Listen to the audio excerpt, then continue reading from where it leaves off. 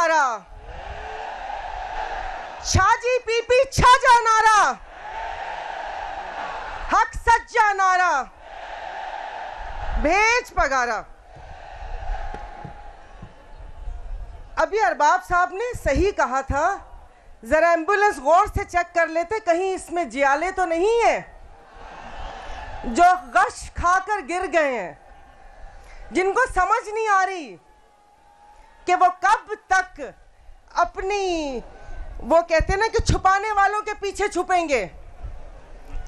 मैं पहले भी उनको कहा था कि सिंध की आवाम जाग चुकी है। सिंध के साथ जो 15 सालों में इन्होंने किया है, वो कहते हैं ना कि मैं तो, इसमें सब ताकतवर हल्के आ जाते हैं, किसी एक पर तनकीद नहीं है, सबको अभी हम सब मोहब्बत से पैगाम दे रहे हैं। और ये पैगाम हम लोगों ने 15 साल दिए रखा है। तो अवाम के बुधायो कि क्या मोहब्बत को कमजोरी समझते हैं? मोहब्बत ताकत होती है। तो आज हम सब ने यहाँ पर खड़े होकर बताया है कि हमारी मोहब्बत को कमजोरी ना समझा जाए, कि अगर हमें अपने मुल्क को, कौम से, अपने वतन से प्यार है तो हम इसकी हिफाजत करना भी जानते हैं और इसके ऊपर जो गंदी नजर रखे उन आंखों को निकालना भी जानते हैं। भेज पगारा। आज आप लोगों का जोश और जज्बा देख के मैंने सिर्फ किताबों में, डॉक्यूमेंट्री में या अपने घर के बड़ों से वो जंगे आज़ादी का सुना था, सूर्य बादशाह रहमतुल्लाह अलैह का दौर सुना था, लेकिन आज आप लोगों को देखकर मेरी आंखों के सामने वो मंजर घूम गया कि उस वक्त वो क्या मंजर होगा, कि कैसे हुरों ने इन फिरंगियों को भगाया होगा। लेकिन फिर एक बात और भी है मेरे भाइयों, जड़ा अंग्रेज होया वो गैरतमंद होया। अंग्रेज गैरतमंद थे, हमारा पाला इतने गैरतमंदों से नहीं पड़ा। तो अपने हक की जंग खुद लड़नी पड़ेगी। मैं तो कहती हूँ कि आप लोग भी क्यों खामोश बैठे हो। जो मैं यहाँ पर अभी सांगड़ का हाल देखकर आई हूँ, और स्पेशली पीर साहब जो जमायत के साथ वहाँ पर जुल्म है, कि जमायती के इलाकों में कि जो वो कहते हैं कि तमाम सहूलतें, वो लगता है कि एक इलाके एरिया दूसरा है और जहाँ जमात बसती है वो कोई दूसरा सियारा है, कि उन्होंने बुग़्ज़ में, जमात की बुग़्ज़ में उसकी मोहब्बत, जो उनकी मोहब्बत अपनी जमात और अपने मुल्क कौम से है, उसमें उन लोगों ने उनके साथ जो सलूक किया है वो मैं सब अपनी आंखों से देख कर आई हूँ। तो मेरा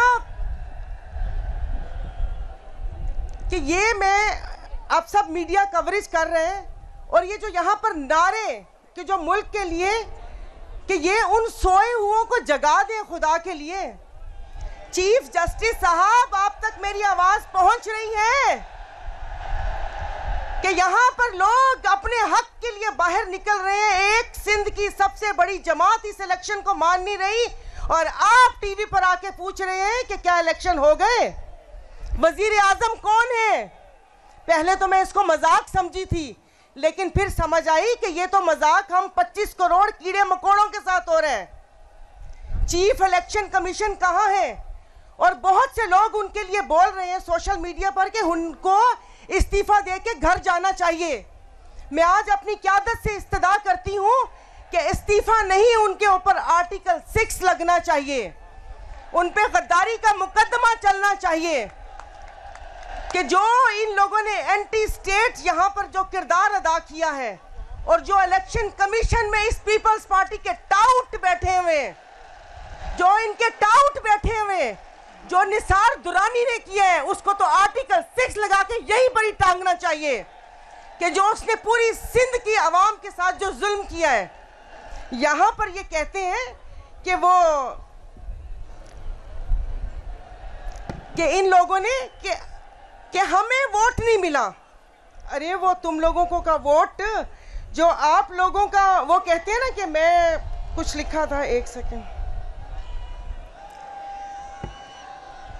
भेज पगारा, हक सज्जा नारा, तो वो इनके लिए ये है कि झूठों ने झूठों से कहा सच बोलो, झूठों ने झूठों से कहा सच बोलो, सरकारी ऐलान हुआ है सच बोलो। घर के अंदर झूठों की एक मंडी है, घर के अंदर झूठों की एक मंडी है और दरवाजे पे लिखा है कि सच बोलो।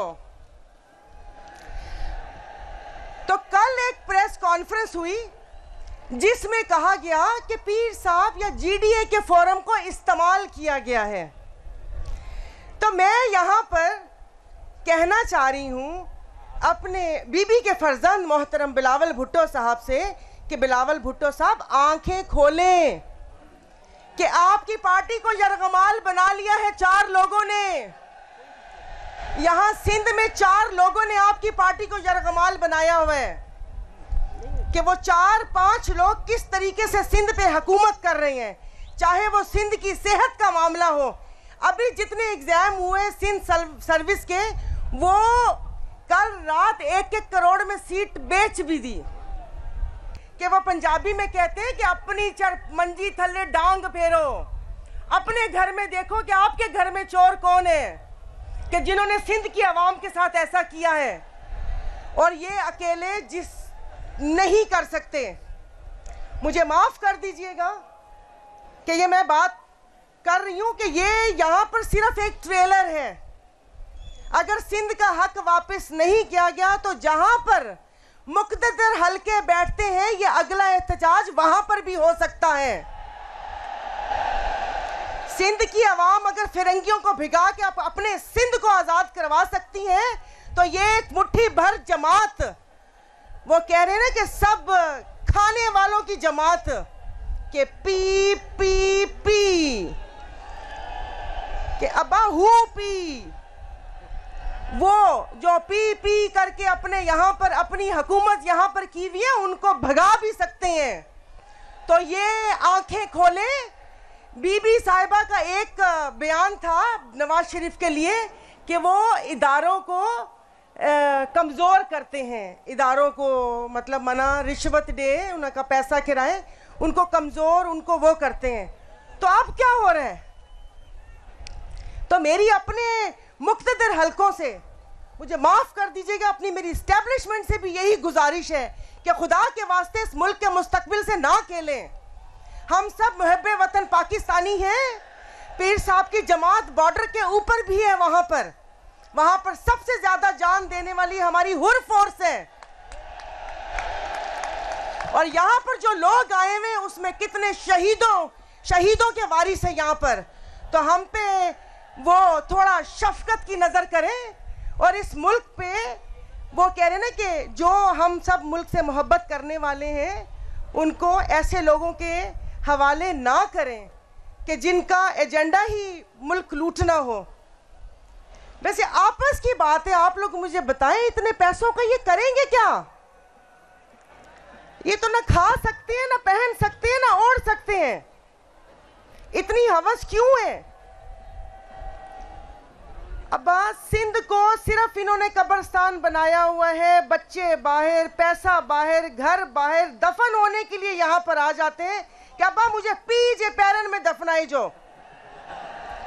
अल्लाह मोह इतनी ताकत हुज्जे आते अल्लाह में मौजा दिखा दे कि पी भी लत हड़े के हल हिने के बजाय और बाहर जिधर से इसने लूट के मेरे मुल्क का पैसा रखा है इसको वहीं पर ही दफा करो। तो मैं एक वो कह रहे ना कि एक किसी के लिए शेर मुझे पढ़ना है। अपने जो ताकतवर हल्के हैं ना, 10-12 लोग हैं, ज्यादा नहीं है, 10-12 लोग हैं, ज्यादा नहीं है।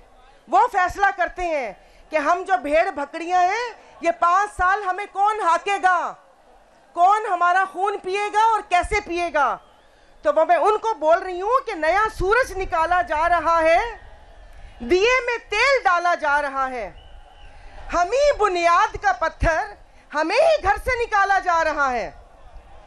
तो ये नहीं हो सकता, ये नहीं हो सकता। तो खुदा के वास्ते कोई इस मुल्क से मोहब्बत का सबूत दे।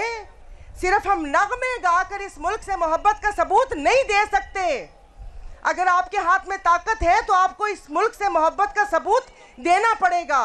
आप एक करप्ट जमात को सिंध उनके हवाले नहीं कर सकते। ये ऐसे कैसे हो सकता है कि पूरी यहाँ पर आपने जीडीओ को, क्या यहाँ लाखों का मजमा उनको दिखाई नहीं दे रहा कि ये लाखों का मजमा, क्या इस लाखों के मजमे ने हमें वो मुस्तरद किया है?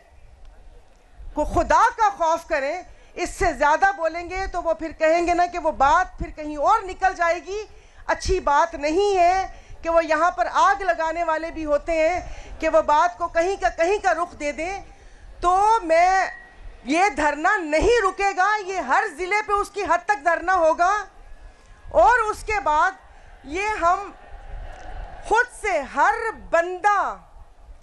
बंदा आज के बाद, मेरा भी आज के बाद एहतजाज है। जहाँ पर मैं जुल्म होता देखूंगी, जहाँ पर अपने लोगों से जुल्म होता देखूंगी, मैं एहतजाज करूंगी। अब खुदा के वास्ते चुप नहीं रहना। क्या आप चुप रहोगे? अपने हक के लिए खड़े हो? क्या सवाल पूछेंगे कि हमारे बच्चे स्कूल से बाहर क्यों हैं? सिंध के पैसे कहाँ गए? और सांगड़ के OGDCL के पैसे किधर गए? क्यों इनका पेट नहीं भरता? तो बस अपने हक को पहचाने बहुत सारे लोग हैं।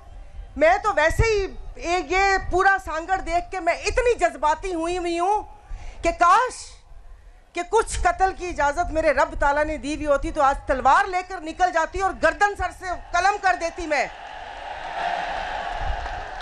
अपना ख्याल रखिएगा और इस जज्बे को कभी कम ना होने दें। इंशाल्लाह ताला हालात बदलेंगे और हम तो उस जमात, उस ख़ानदान के मुरीद हैं कि जिन्होंने कहा वतन या कफन, आज़ादी या मौत। खिताब लेने वालों में से नहीं, उन्होंने कहा कि मेरे पास जो खिताब है पीर पगारो, ये खिताब ही बहुत है। अपनी जान का नजराना दे दिया, वरना तो वो कहते हैं ना कि उस वक्त तो सोशल मीडिया भी नहीं था, किसी को क्या स्टोरी पता चलती।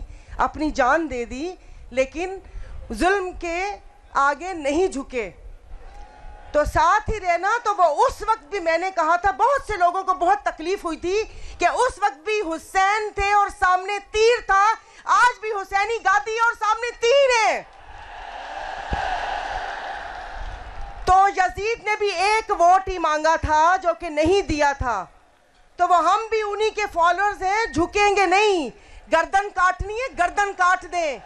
और आज मैं बोलती हूँ कि अगर मेरी जुबान भी किसी को मेरे बोलना बुरा लगता है तो सामने खड़ी हूँ। तो फिर गोली यहाँ आनी चाहिए, यहाँ नहीं आनी चाहिए, क्योंकि यहाँ पर गोली आई तो अपने साथ 4 को लेकर जाऊंगी, ये मेरा वादा है। भेज पगारा, हक सच्चा नारा, चाची बीबी छाजा नारा। शुक्रिया।